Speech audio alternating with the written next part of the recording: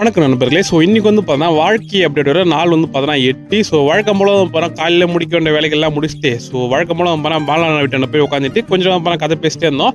இன்னைக்கு சாயங்காலம் ஒரு ஃபங்க்ஷன் ஒன்று இருக்கு. அதனால சாயங்காலம் அட்டன் பண்ணோம். அதுக்கப்புறம் அந்த ஃபங்க்ஷன் போகிறதுக்கு முன்னாடி ஒருத்தர் நம்மளை பிடிச்சிட்டு போயிட்டாரு. அவர் யாருன்னா தமிழ் தான். அந்த ஃபங்க்ஷனுக்கு தேவையான பொருட்கள்லாம் வாங்கணும்னு சொல்லிட்டு நம்மளை போயிட்டு இட்டுன்னு போயிட்டான். அதுக்கப்புறம் அந்த வாழ்த்தரெல்லாம் வாங்கிட்டு வீட்டுக்கு நம்மளுக்கு போதி தர்ம செட்டில் கிடைச்ச ஒரு லேப்டாப் ஒன்று இருக்குன்னு சொன்னால நேற்று வீடியோவில்.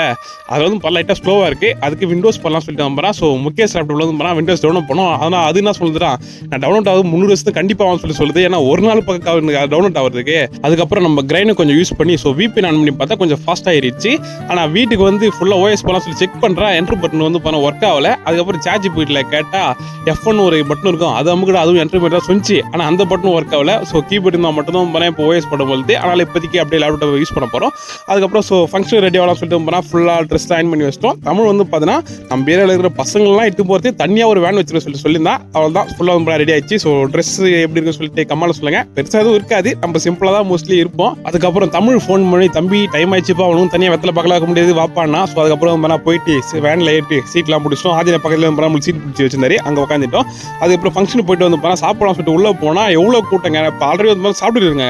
அவங்க பின்னாடி தனி ஒரு கியூ நிற்குது பின்னாடி சேர் பக்கத்துலேயே. எதுக்குன்னு சொல்லிட்டு பார்த்தா சாப்பிட்றதுக்கு இடம் பிடிக்கிறதுக்கு. அதுக்கப்புறம் நம்ம இன்ஃப்ளூயன்சர் பவர் யூஸ் பண்ணி நம்மளுக்கு மட்டும் கொஞ்சம் தனியாக சேர் வாங்கிட்டு அதுக்கப்புறம் பிரியாணி சாப்பிட்டு அவங்க கிளம்பிட்ட மக்களே.